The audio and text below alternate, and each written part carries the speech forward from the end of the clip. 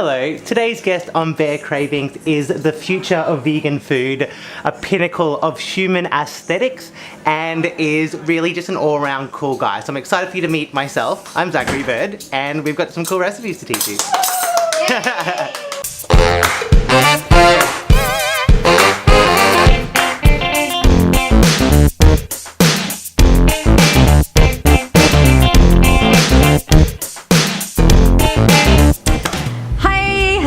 Today on Beer Cravings we've got Zachary Bird, who I actually happened to meet when I was in Adelaide at the Adelaide Vegan Festival. How are you? I'm amazing. How amazing was that festival? It was blissful. Yes. It was just another experience. So Zach did some cooking demonstrations there, and the one thing I love about Zach's food is that it's all fried fat stuff.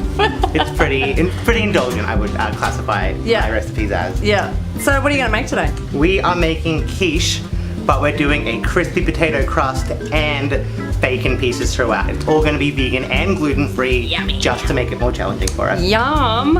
Okay, so let's go through what we've got here. Alright, so for our base, it's really simple. We've just got shredded potato here. We've got about 500 grams, which is 3 or 4 potatoes. Yep. We're going to put about 3 tablespoons of rice flour in, and some salt and pepper. And in the oven, we've currently got our tray full of really hot oil. So as soon as we press it around, it's going to make a really crusty base. Yum. We're going to make our rice paper bacon, which is originally a Danish recipe. A bit of information for you from around the world. Yep. And that's a marinade made from nutritional yeast, liquid smoke, soy sauce, brown sugar, and lots of other fun things which I'll take you through when we make it. Yep. Inside of our quiche, we're going to be putting chickpea flour, we're going to be putting black salt, nutritional yeast, a bit of water, and the trick is jalapeno brine and jalapeno pieces. Really? Give it an extra kick. Yum. Okay, well let's get started. So we've got our pot full of oil. Yeah. And so that's extremely hot. I'm not going to touch it. Don't go anywhere near it. Take out our rice flour for this one, and we're just going to put in 3 tablespoons. Crack some pepper, pop some salt in, and give it a good mix around. We're cracking some pepper in here, and there's a lot of salt in this recipe, but I'm just going to put a little bit more in because potatoes and salt are best friends. Yes, and give that a stir. Yep, give that a hefty stir. Awesome. Mix this up thoroughly, and because it's super hot, we'll just use our spoon to ladle it in a little bit. Oh, and you can hear it, or I can hear it sizzle. Yeah. And it's really as simple as just creating and shaping a crust. So you want to not make it too thin, because the potato will get super crispy while it's in there because we're double baking it. And we're just covering the base. You can make it as thick or as you want, but just don't make it too thin. So how do you do the quiche without egg? I know everyone's going to be asking that question, how do you do without egg? I know I have done a quiche with the vegan eggs in the egg carton. Oh yeah, egg powder. Yeah, and it was beautiful. Well, the thing is, most of those vegan egg products are really a combination of chickpea flour and black salt. So we're just kind of cutting out the middleman here and making it ourselves because it's a lot cheaper. Chickpea flour is also called gram flour and besan flour, and you can find it under a number of iterations, but it's super, super cheap. So I just say buy it yourself, and it means you can have control over the flavors that you put into your egg recipes. Right.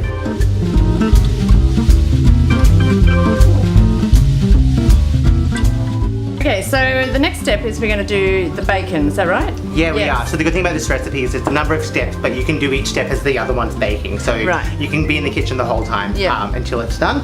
So this is our marinade for our rice paper bacon. This recipe is originally Danish, so check out, it's called Lekon, is the original concept of rice paper bacon, and this is my iteration. We have nutritional yeast, we've got brown sugar, we have smoked paprika, we have smoked paprika, and we have a pinch of salt and onion powder. And then in terms of our liquids, we're using soy sauce, barbecue sauce, and the holy grail of making things taste like meat, liquid smoke.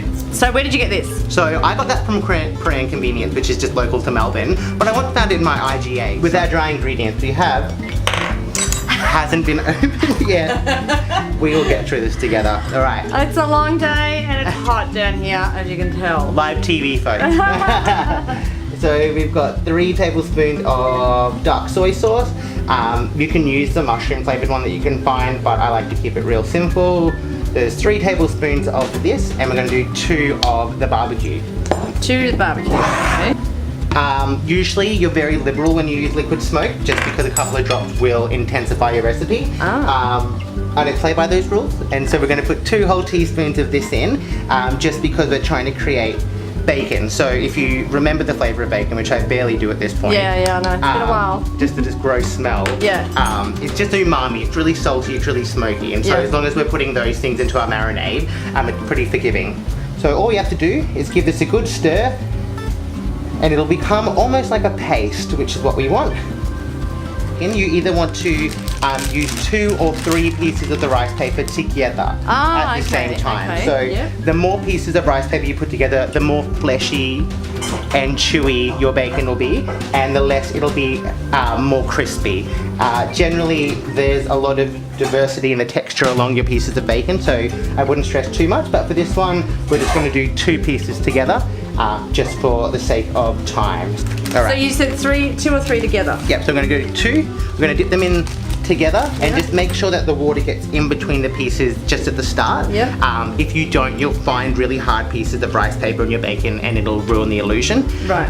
It doesn't need to be in for too long. Once you take it out, you want to hold them together and then just squeeze out the water as thoroughly as you can. Yeah, because I was thinking, wouldn't that get air bubbles in there and then it would and so this is the part where you're flattening it, making sure it's together, and making sure as much water it has left it. Yep. But what I like to do is just use a brush, and as it's on the pan, you can just get your marinade and cover it, and make sure you've got the right consistency, as opposed to dipping it and getting really messy and wasting a lot of your marinade. So we'll get 2 of those ready. We'll just do 2 for this one. Yeah. So you just put some oil in the pan, is that right? Yep. And we'll put it about medium heat. So what you'll want is you want it to bubble. You'll see the rice paper sort of pulsating. It'll look like a nightmare, and you'll have done it correctly if that's the case. Hooray! Okay.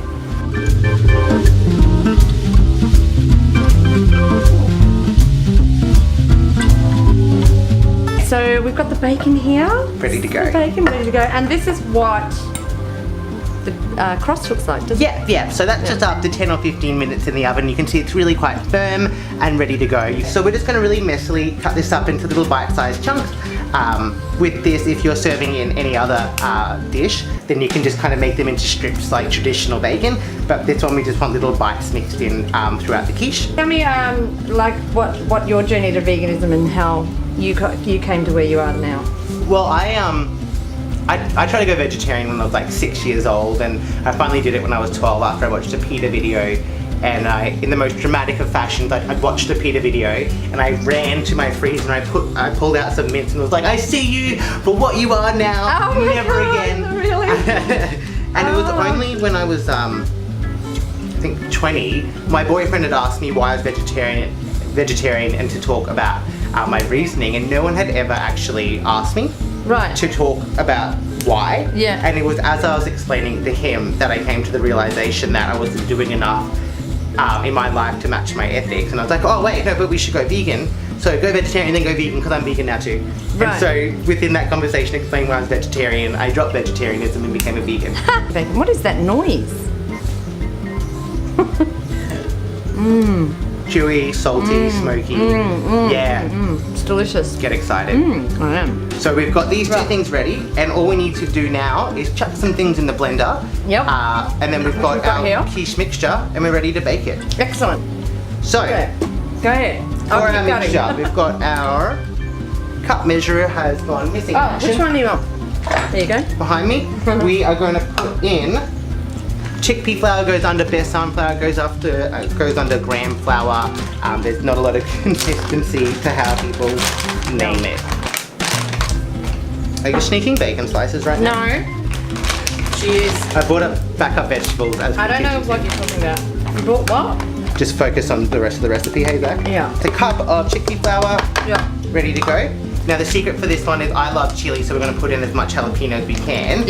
And replace some of the water you'd normally use in a quiche with just the brine from jalapeno. Oh really? So just like you'd use aquafaba in other dishes, another way of recycling everything in your kitchen is this brine is so full of spice and salt. I'd also recommend if you buy like vegan feta, the oil in that is always delicious, and just fry up green beans in it or something. So you can use everything in your kitchen at all times. Alright. So we want in total about 3/4 of a cup of brine and of the chickpeas together. So I'll pour a little bit more of that brine. So it should come to just under to 3/4 of a cup in total with your brine and your actual jalapenos. Yep. A cup of nooch. Nooch! Nooch! A vegan's best friend. This is not hummus, this is nooch. It is nooch. A little bit of garlic and half a teaspoon of black salt. Now black salt, which you like know egg, well and I know, Yep. Carlo Namak is, it's very sulfuric and it tastes and smells like egg. It's very alarming to use. Yes. It's unusual. It's unusual, but it's a hack that if you're ever cooking, you can trick anyone into thinking you've used egg. This recipe works without the black salt, but if you want to really get eggy, definitely use it. I say to put in a teaspoon of this, but we love garlic, so we're just going to put in whatever feels good and correct. And that one, we're going to put in half a teaspoon of that, and just because it's salty and eggy, you might measure that one out. I'm going to do half a teaspoon of the black salt. Oh, that's disgusting. Very eggy. Just a cup of water. Right, I'll get that. Yep, perfect. In we go. There we go. Yes. Perfect. Oh, I smell that eggy. You can smell it, yeah. It's disgusting. A little dash of jalapeno brine.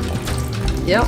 So you want about a cup and a quarter of water or more brine at that point. But this is ready, so let's give it a good old blend. Okay. I can smell that now? Yeah. Yeah.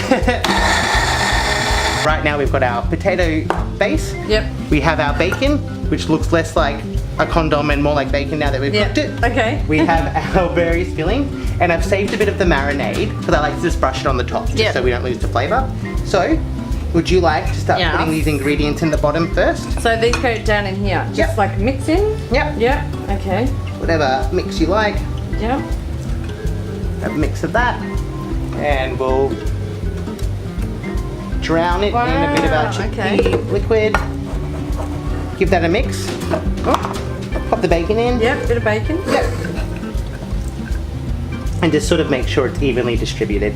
Yeah, right. I often will roast my capsicum for a couple of minutes before I put it in, but again, we're hungry and we're just not going to do that. Right, let's pop the rest of that liquid in. Ready to go in the oven. We're going to put it in at 250 degrees for 20 minutes and then check it. Yes. Alright, so this is it, Zach, isn't it? This is the final product. Yes, we've just left in the oven for about 35 minutes at about 250 degrees. Yes. We're not doing the bacon top as we said, but about 10 minutes before you take it out, normally that's when you'd add it in just so it doesn't burn. But here's our final product, ready to cool and eat. I'm dying to eat this. If you want to find more fun recipes like this one, head to zacharybird.com. Zachary spelled really weirdly, so we'll put it written somewhere. Yes, we'll share a link, yes. It's a creative spelling, but there's lots of creative recipes in turn on my website for you to check out. Yes. Excellent. All right, let's dig in. Let's do it. Taste test. For this? Here we go. Piping hot. It's got that amazing jalapeno spice through it. Yeah, it's delicious. Really savoury. Here you go, Hooker. Oh yeah, about time. All the salt, all of the spice. And then it's great because every bite ends with that like crispy potato. So it's very like homey. Delicious and easy. Actually super healthy, super easy to make. Yep. All your vegan gluten-free friends can eat it. I recommend making a batch once a week. For lunches. Check it out and check out Zach's link. We're going to put it down below and hit subscribe. And thank you very much for coming. Go away so we can eat. See you later. Is often I make this quiche without the bacon. So I'll do a. We're working on that. I don't know how to do it. Do you want a hand? This is a new. Am I gonna humiliate myself on camera? Yes.